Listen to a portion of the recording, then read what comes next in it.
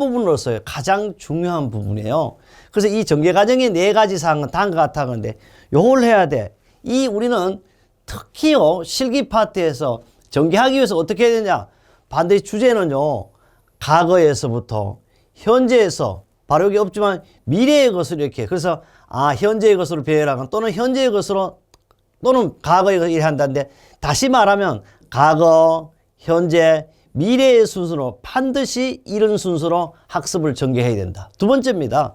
주제는 간단한 것에서부터 점차 복잡한 것으로 배열하는 것이 학습 전개의 방법입니다. 그 다음에 주제는 미리 알려져 있는 것에서 누구나 다 아는 것부터 점차 미지의 세계로 배열합니다.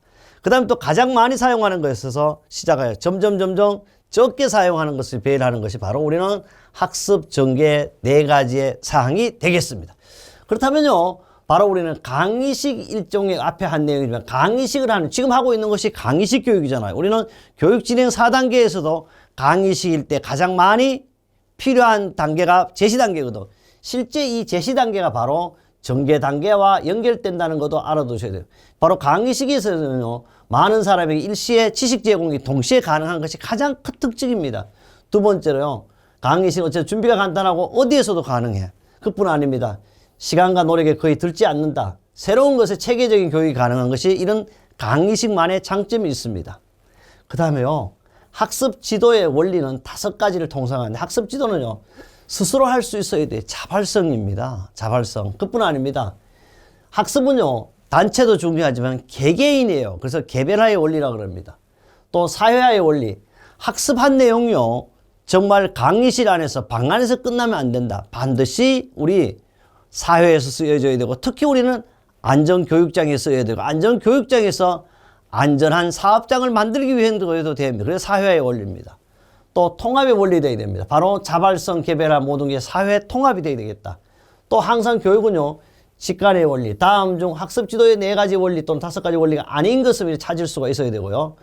또는요 안전보건교육에는 바로 우리가 바로 도표로도 하겠습니다. 예습을 먼저 한다면 안전보건교육에는 바로 법으로 되어 있습니다. 바로 산업안전보건법 시행규칙 별표 4에 나와 있죠. 교육은요 정기교육이 있습니다. 채용식 교육이 있고요. 작업 내용 변경식 교육이 있고 또 특별교육이 있고 건설업은 기초안전보 이런 5가지가 안전보건교육 가정별 교육 내용을 보시면 되는데요. 그럼 우리 학습 지도의 원리를요 금방 간단하게 했어요. 학습 지도의 원리 또는 학습 지도 이론이라고 그러죠. 바로 자기활동의 원리를 가지고 줄여서 우리는 자발성의 원리라고 그랬어요. 그 다음에 개별화의 원리, 바로 학습자가 이제 각자 요구와 성 능력에 알맞는 학습활동 기회를 마련해 줘야 한다. 바로 우리는 합격 날개, 합격 예측을 주어가지고 중요한 내용은 다시 한번 강조를 했습니다. 사회화의 원리예요. 그 다음에 통합의 원리입니다. 직관의 원리. 이렇게 5가지가 바로 우리는 학습 지도의 원리 5가지라고 했습니다.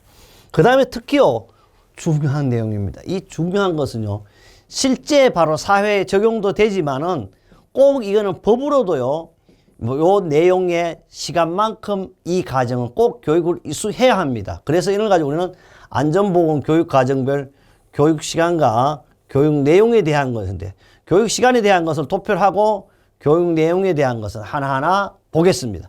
그럼 이 내용은요 어디 있냐? 산업안전보건법상인데 더 정확하게 하면 산업안전보건법 시행규칙에 있습니다. 반드시 일정한 시간 이상에 이하하면 안 돼. 안전보건교육 시간을 시행하도록 뭐로 됐다? 법으로 규정하고 있습니다. 그 내용은 바로 이거예요. 특히 어떤 내용들이 있느냐? 바로 하나 보면 우선 알아둘 것은 바로 안전보건교육 가정별 교육 시간을 보면 첫 번째 나오는 게 뭐죠? 바로 뭐냐 그러면 정기교육입니다. 이 정기교육은요 5가지 되는 정기교육은 사무직 종사 근로자예요. 사무직 종사 근로자는 매 반기입니다. 반기니까 6개월마다 몇 시간 이상 해야 된다? 6시간 이상 교육을 받으셔야 합니다. 사무직을 제외한 나머지 그 밖의 근로자는요 판매 업무에 직접 종사하는 근로자, 판매